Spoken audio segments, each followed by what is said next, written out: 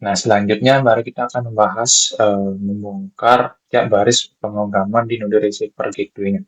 Tadi kita sudah mempelajari arti dari setiap baris pemrograman node sensornya.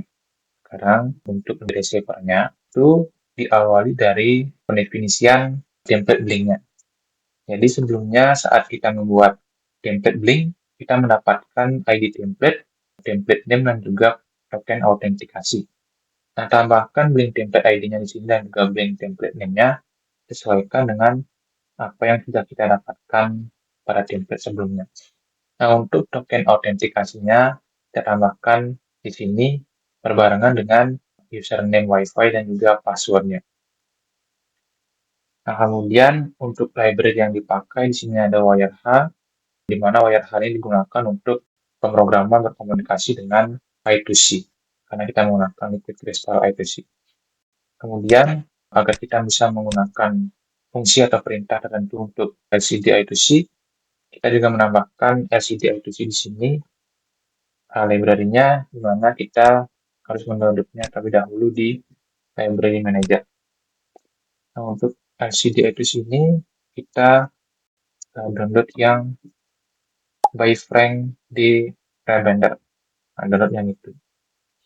Kemudian, untuk software serial seperti biasa, karena kita menggunakan pin serial untuk komunikasi dengan LoRa, kita menambahkannya di sini.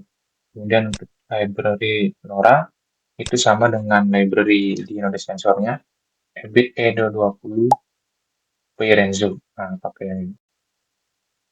Selanjutnya ada library dari ESP8266. Nah, ini merupakan library bawaan dari board ESP8266. Jadi, kalau yang belum punya library dari ESP8266 ini, silahkan kalian download terlebih dahulu boardnya jika belum punya. Kan dari sini ESP8266. Nanti otomatis akan tertambahkan di Arduino IDE ini. Nah, selanjutnya ada Blink Simple ESP8266. Nah, ini kita agar bisa menggunakan fungsi-fungsi tertentu dari aplikasi Blink, sehingga kita memudahkannya untuk menautkan kode program ini dengan aplikasi Blink-nya. Jadi kita bisa menggunakan beberapa fitur-fitur di fungsi tertentu di pemrograman mengenai aplikasi Blink. Di library ini, kalian bisa mencari aplikasi Blink sini. Blink ini dibuat oleh Volodymyr Szymanski. Download yang ini. Nah, selanjutnya, ini sudah saya jelaskan tadi, ini adalah token autentikasi, ini adalah username atau SSID dari Wi-Fi, dan juga passwordnya.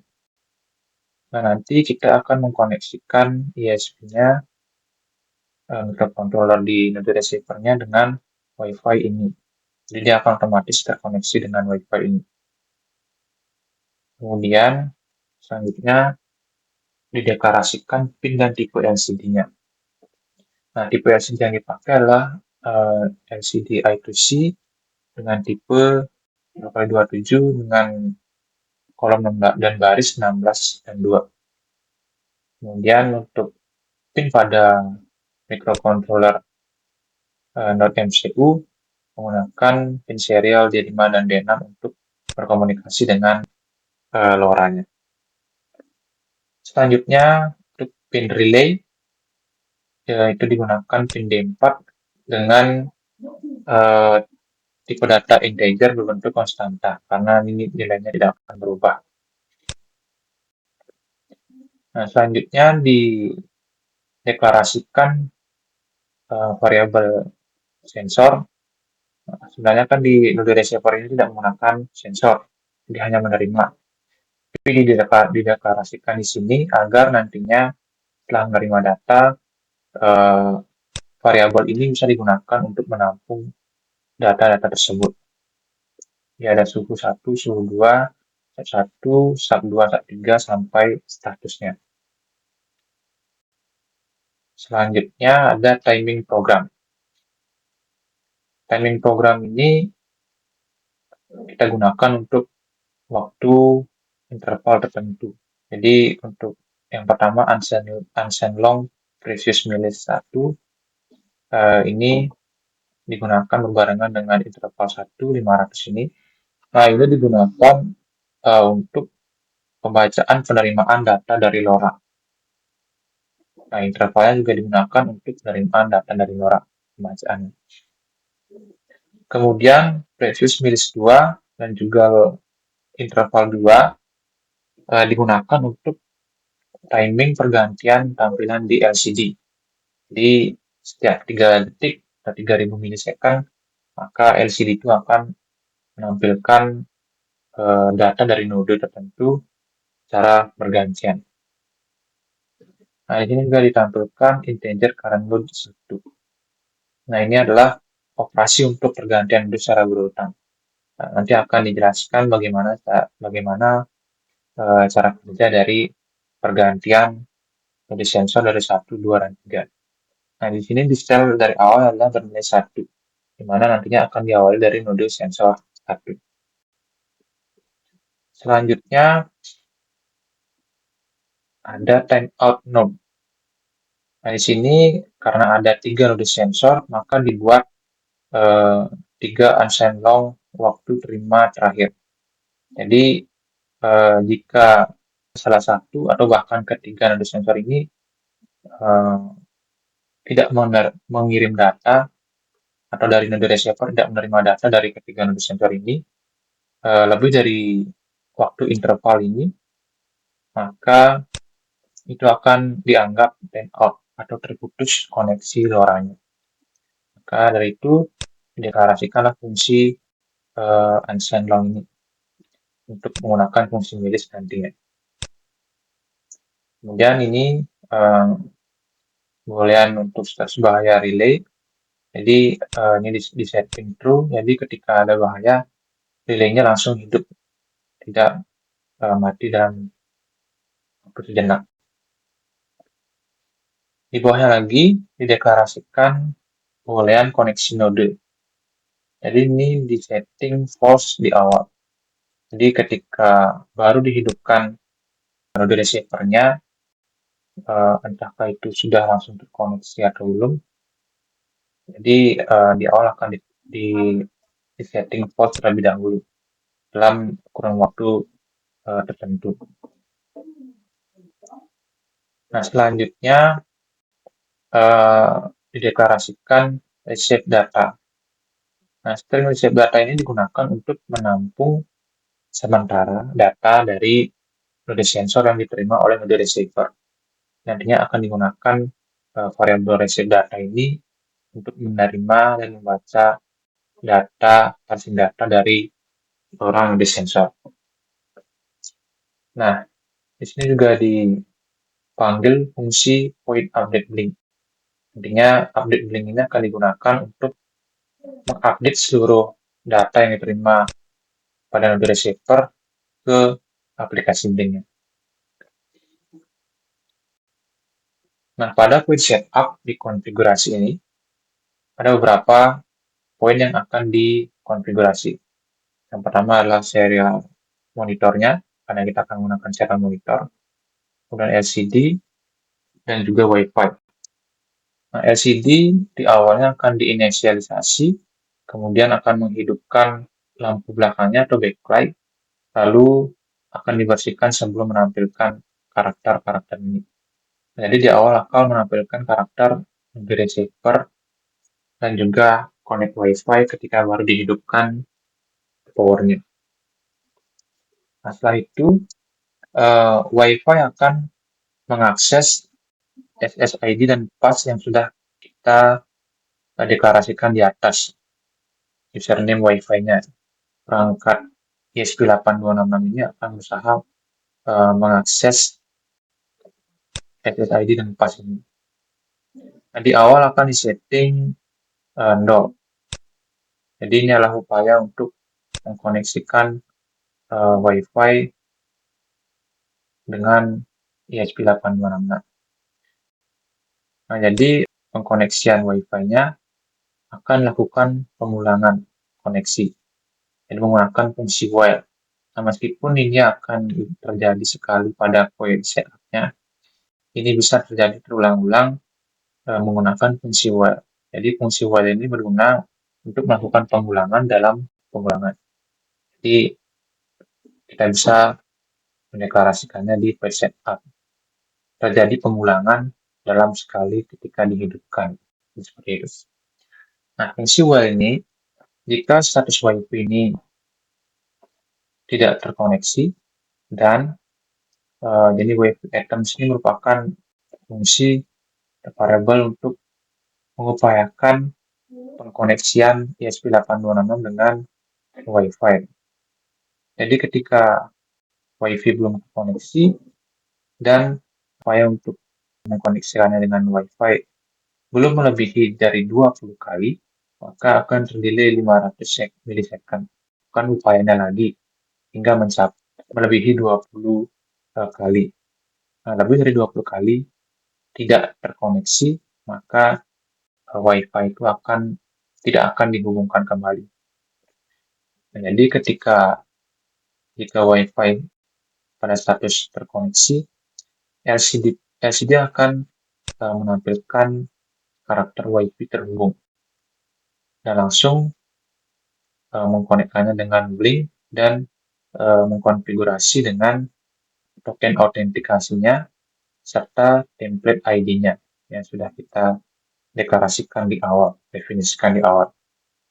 Nah, jika tidak, maka LCD Print akan menampilkan karakter Wi-Fi terputus.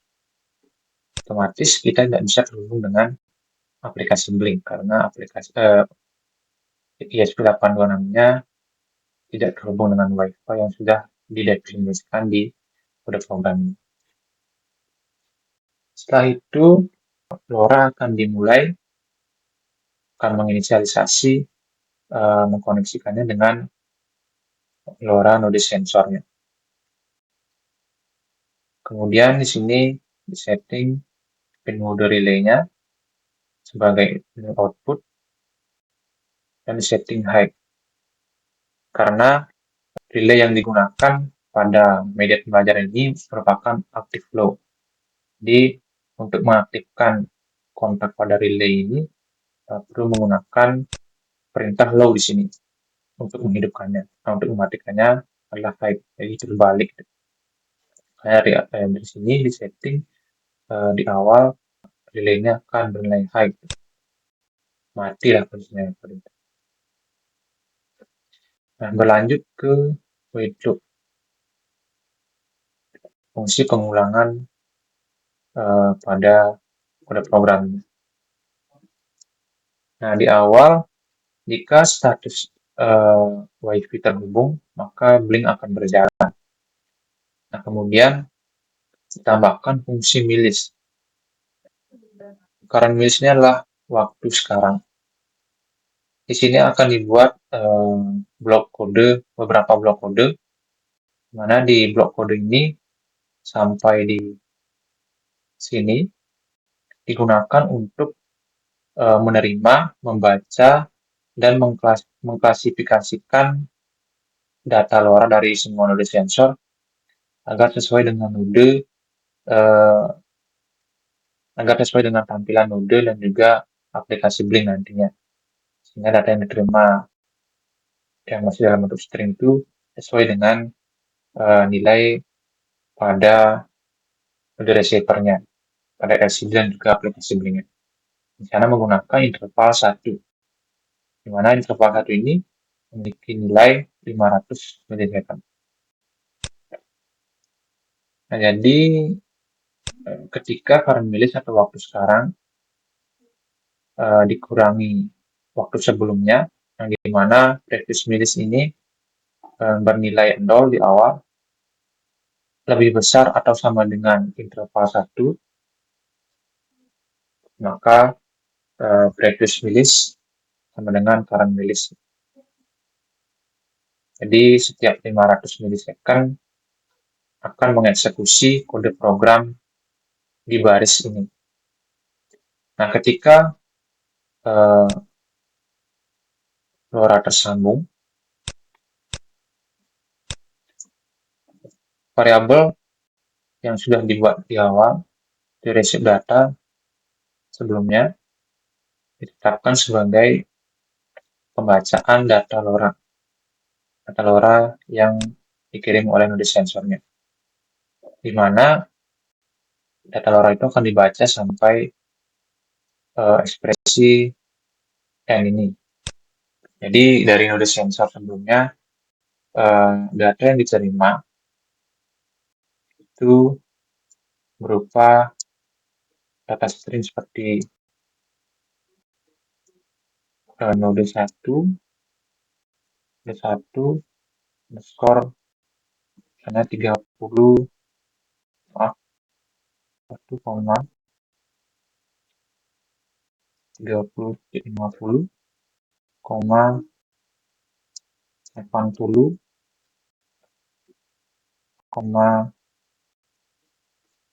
450, 0, bahaya.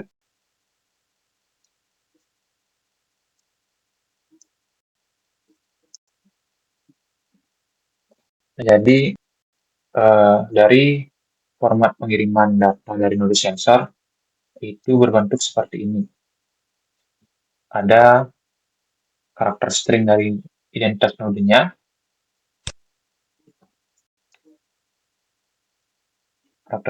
identitas nodenya. Kemudian pada kolom selanjutnya itu merupakan suhunya. Kemudian ini adalah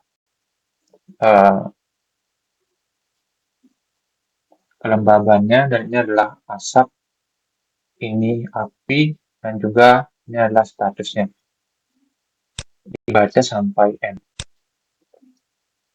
Nah, ini adalah data yang diterima di awal oleh LoRa. Jadi tidak mungkin kita langsung mengolahnya pada microcontroller dan ditampilkan di LCD. Karena ini belum dipisahkan satu persatu. Nah, maka dari itu, dari program ini, LoRa akan membaca sampai karakter N ini. Jadi tidak ada kesalahan pembacaan. Sehingga misalnya ada karakter aneh yang sebenarnya bukan bagian dari pengiriman data LoRa, misalnya terdapat bintang-bintang atau warna seperti ini, maka ini akan dihapus dengan fungsi reset data trim. Ini akan menghapus secara otomatis penerimaan data selanjutnya. Selanjutnya, pada data yang diterima ini dipisahkan oleh delimiter koma. Nah, langkah awal yang dilakukan adalah kita akan membuat variabel start index, di mana variabel start index ini akan menerima data yang diawali dengan node underscore. Kemudian jika dari variabel start index ini lebih dari 0, maksudnya dari data yang diterima ini dihitung dari N ini, N0, U1, B3, E2, E adalah 3, dan selanjutnya sampai di bahaya ini. Maka dari itu, jika start index ini merupakan node. Jadi kalau N ini di awal bukan berada di posisi 0 atau melebihi 0, maka akan dilakukan pemangkasan. Maksudnya apa? Nah, kemungkinan terjadi kesalahan atau terdapat beberapa karakter aneh yang ikut terkirim, seperti yang dijelaskan tadi. Misalnya seperti ada bintang-bintang, kemudian di belakangnya datanya. Otomatis yang dibaca oleh variabel ini adalah ini.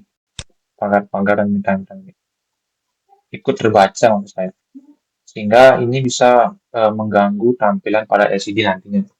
Maka dari itu, jika eh, start index atau dari node ini tidak berada dalam nilai 0, artinya n ini berada pada nilai keempat, karena ini menunjukkan posisi 1, pagar ini menunjukkan posisi, maaf, ini 0, ini 1, ini 2, ini 3, dan ini 4. Jadi n ini berada pada posisi keempat. Artinya saat ini lebih dari 0. Maka itu harus dipangkas karakter-karakter ini. Nah, itulah fungsi dari variabel ini. Nah, setelah semuanya sudah diupayakan agar bisa terhindar dari karakter-karakter aneh itu, barulah kita akan melakukan proses pemisahan data-data ini ke variabel node, suhu, humidity, asap, dan file statusnya. Sebelum itu, kita akan berpacu pada delimiter koma yang ada pada di data pengirimannya. Nah, di sini kita buat variabel indeks 1 sampai indeks 5, di mana kita akan mengacu pada data yang diterima ini. Indeks 1 merupakan data yang diterima yang mengacu pada koma yang paling pertama. Nah, koma yang paling pertama ada di sini adalah koma ini. Kemudian, indeks 2 merupakan data yang diterima mengacu pada koma setelah indeks pertama. Nah, indeks 1 tambah 1 itu artinya setelah indeks 1. Jadi, setelah indeks 1 itu kan koma yang pertama. Jadi, indeks 2 itu adalah setelah koma setelah indeks kedua, artinya ini. Nah, sampai indeks kelima itu adalah hal yang sama.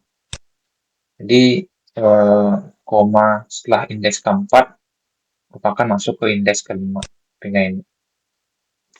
Jadi, indeks 1 adalah koma ini, indeks 2 adalah koma ini, indeks 3 adalah ini, indeks 5 adalah indeks 4 adalah ini, dan indeks 5 adalah koma yang ini. Nah, terlebih dahulu kita tangkap dulu delimiter komanya. Nah, kemudian setelah kita menangkap delimiter komanya tersebut, baru kita akan tambahkan di sini, pisahkan data-data dari berdasarkan komanya. Nah, di sini terdapat fungsi if. Jadi ini untuk mengecek dan juga menjalankan suatu fungsi jika indeks 1 lebih besar dari 0, artinya nilai koma ini lebih besar dari 0. Nah, posisi 0 ini merupakan posisi paling awal, yaitu berada di pada huruf N ini, 0. Kemudian, koma itu berada di posisi setelah angka 1. Artinya 1, 2, 3, 4, 5, 6, 7. Artinya indeks 1 lebih dari 7. Mohon maaf, indeks 1 lebih dari 0 karena bernilai 7. Dan indeks 2 lebih besar dari indeks 1. Nah, indeks 2 kan berada di sini, jadi bernilai lebih besar dari indeks 1. Dan seterusnya sampai di sini. Jadi indeks 4 lebih besar dari indeks 3, indeks 5 di koma ini lebih besar dari posisinya lebih besar dari indeks 4. Maka akan dipisahkan datanya. Nah, untuk data yang pertama, variabel data yang pertama itu nodenya. Dibuatkan variabel node dengan tipe data string, di mana data yang diterima ini akan dimasukkan, data yang akan dimasukkan di sini adalah data dari posisi 0, dan sebelum indeks 1. Nah, posisi 0-nya adalah N sampai angka 1. Jadi sebelum indeks 1 atau koma yang pertama. Maka eh, yang diambil pada string node ini adalah data node 1. Data identitasnya node 1. Ini node 2, ini node 3. Nah, selanjutnya pada variabel humidity atau kelembaban yang akan menampung data dari data setelah indeks 1 dan sebelum indeks 2. Nah, setelah indeks 1 atau koma yang pertama dan sebelum koma kedua, artinya yang ini. Nah, 30-50. Maka dari itu 30-50. Maka dari itu data ini akan diubah menjadi tipe data float yang awalnya string diubah menjadi tipe data float, tipe data desimal, dan dimasukkan ke variabel suhu. Selanjutnya untuk humidity hampir sama dengan yang ini. Jadi akan mengambil data setelah indeks kedua atau koma kedua dan sebelum indeks ketiga atau koma ketiga. Artinya 80 ini yang akan diambil. Nah, ini akan diubah menjadi tipe data float dan dimasukkan ke variabel humidity. Setelah itu akan berlanjut sampai di statusnya. Sehingga dari indeks 3, data yang ditampilkan adalah setelah koma ketiga dan sebelum koma keempat. Nah, koma ketiga adalah 450 setelah koma ketiga dan sebelum koma keempat 450. Nah, yang 0 juga sama, maka darinya akan dihasilkan yang ini. Setelah itu yang terakhir string status yang akan mengambil data setelah koma kelima. Nah, koma kelima ada di sini. Artinya yang diambil adalah string status bahaya ini.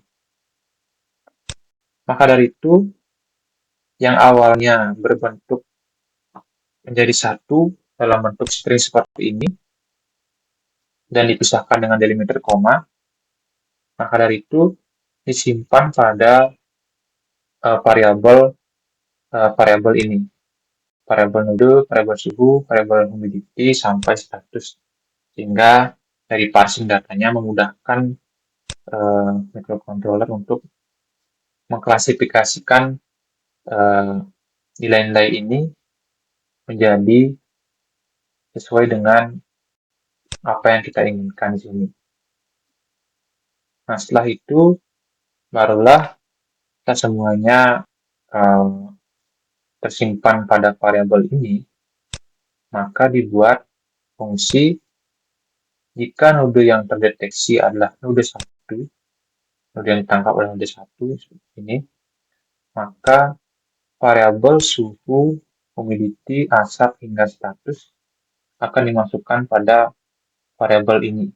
Jadi suhu dimasukkan ke variabel suhu 1, variabel humidity dimasukkan ke variabel humidity 1, hingga status akan dimasukkan ke variabel status 1 untuk node 1. Nah, hal yang sama juga akan dilakukan di node 2 dan node 3.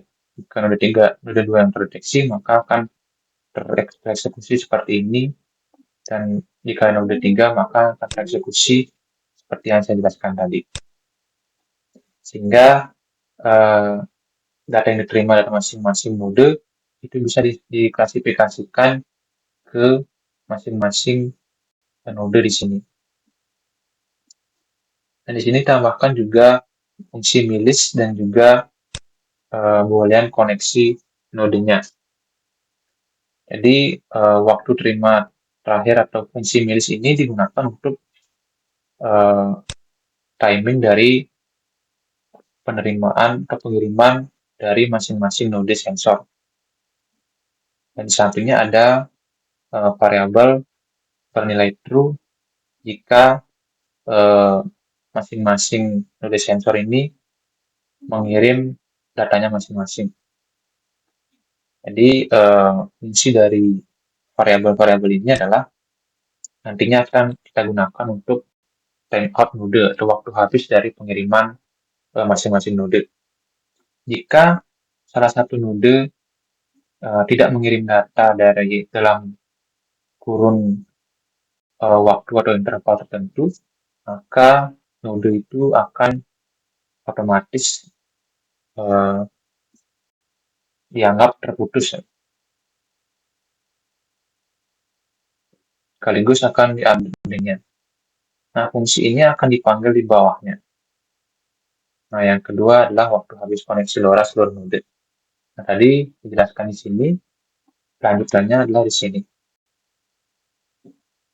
Dibuat 3 fungsi untuk masing-masing node.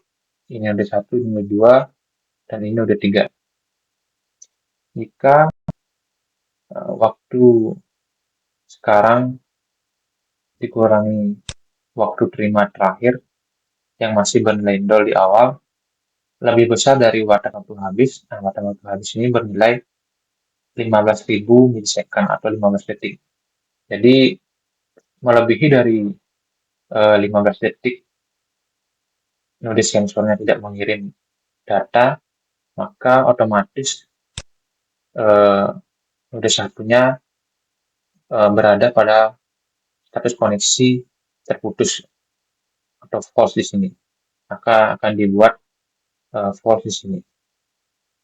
Sehingga tidak akan menampilkan data pada LCD dan juga aplikasi blinknya.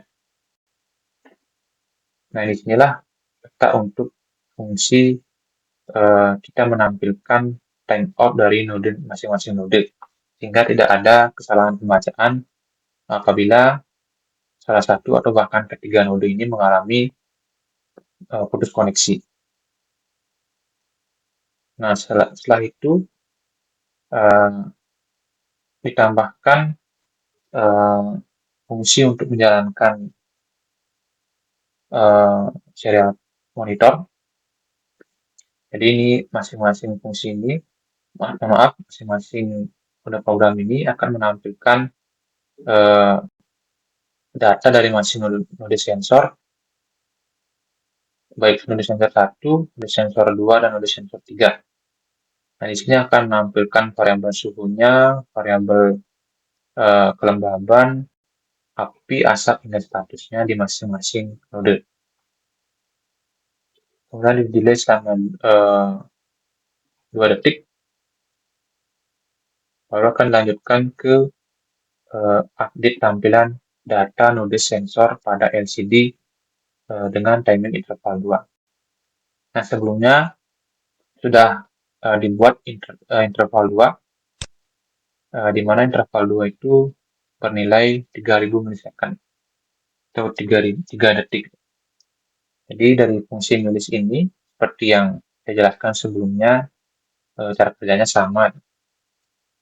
Intinya, setiap 3 detik maka akan berganti masing-masing tampilan node sensor.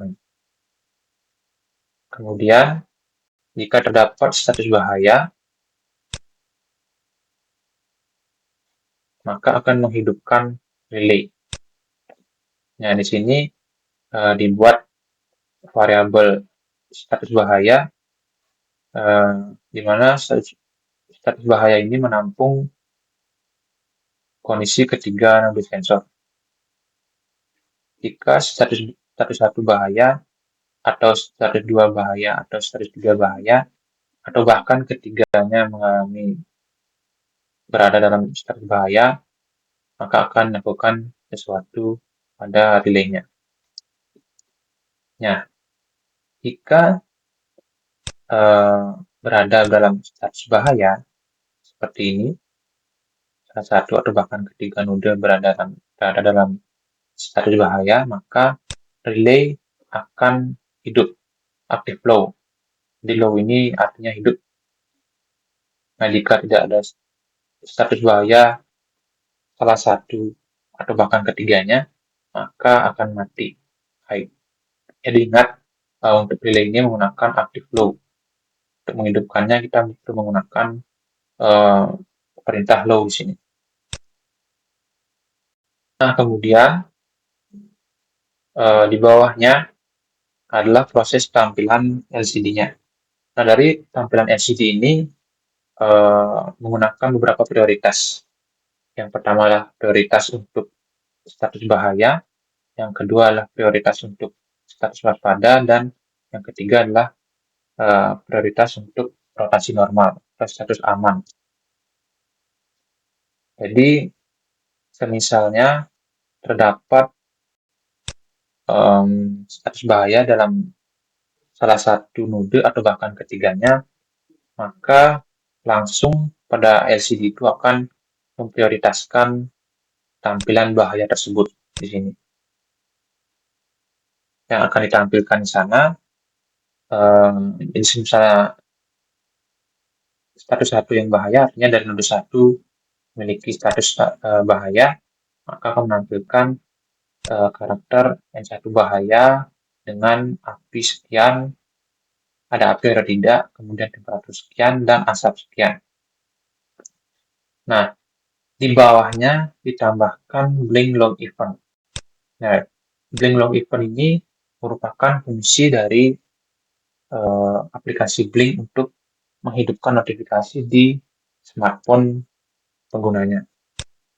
Jadi sebelumnya kita sudah membuat notifikasi atau event di aplikasi Blink. Jadi kita tambahkan di sini. Jadi ini adalah kode dari eventnya itu. Bisa dilihat di template Blink-nya.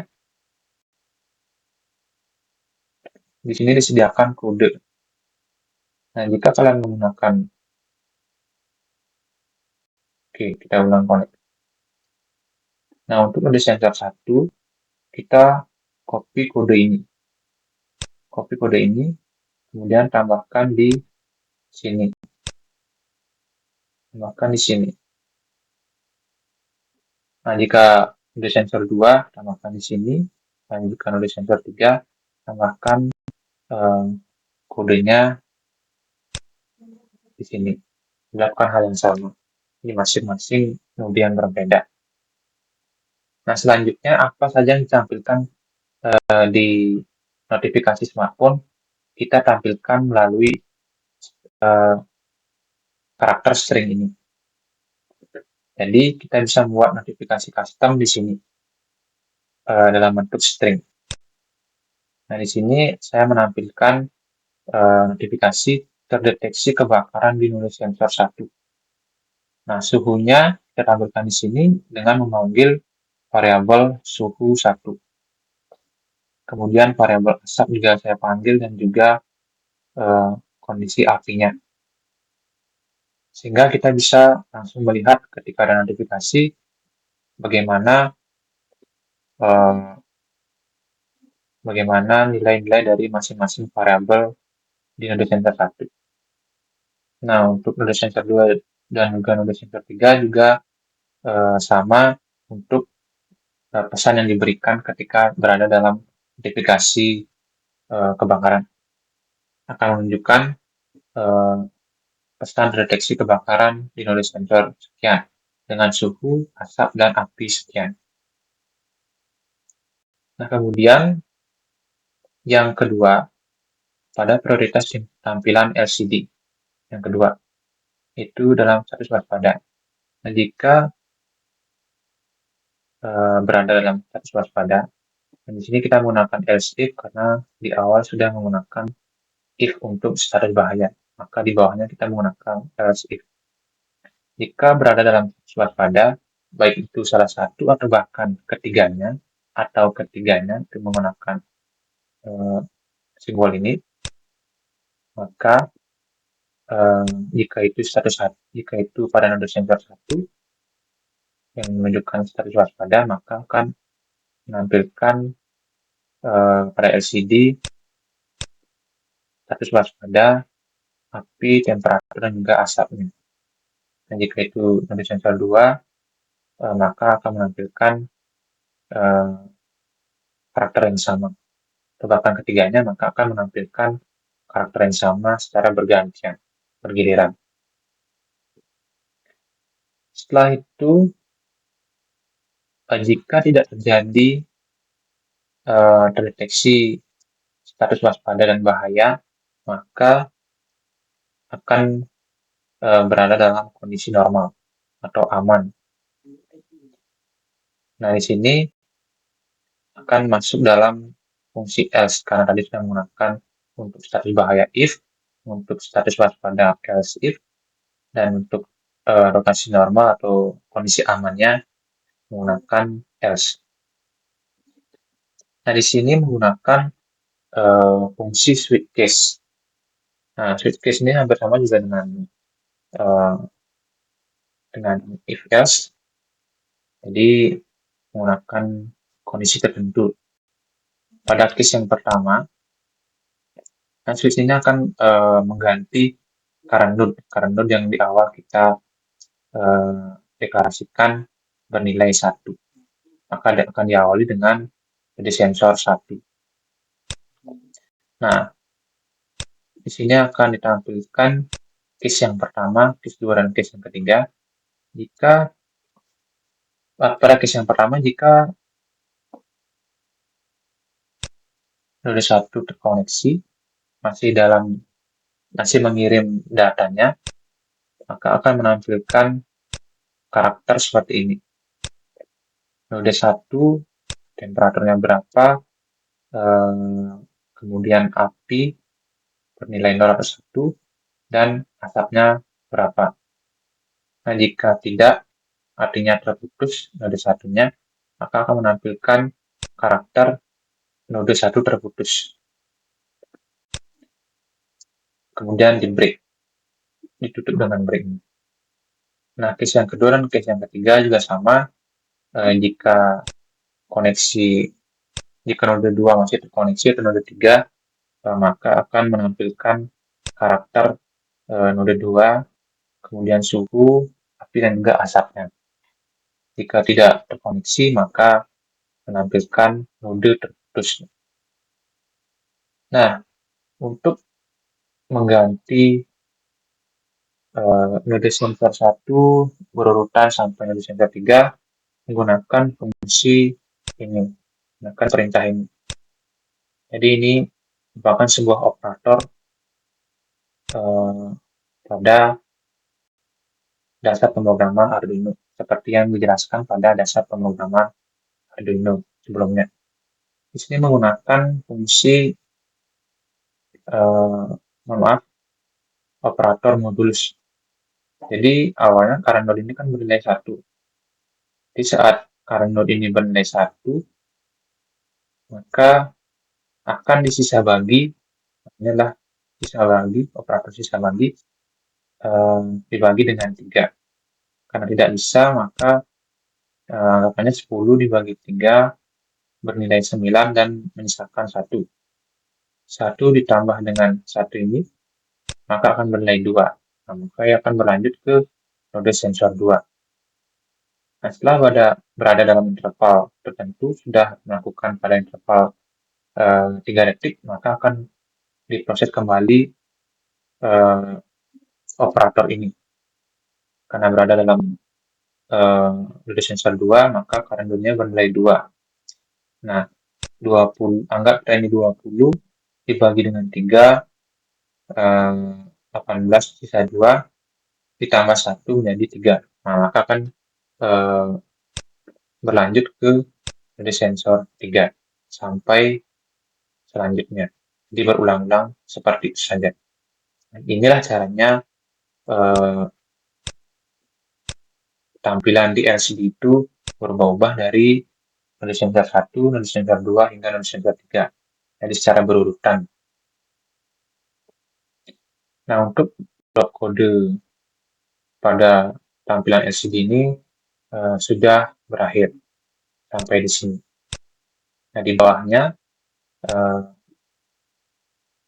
kita deklarasikan fungsi untuk update Blink. Nah, sebelumnya kita sudah membuat template di aplikasi Blink serta juga data stream-nya.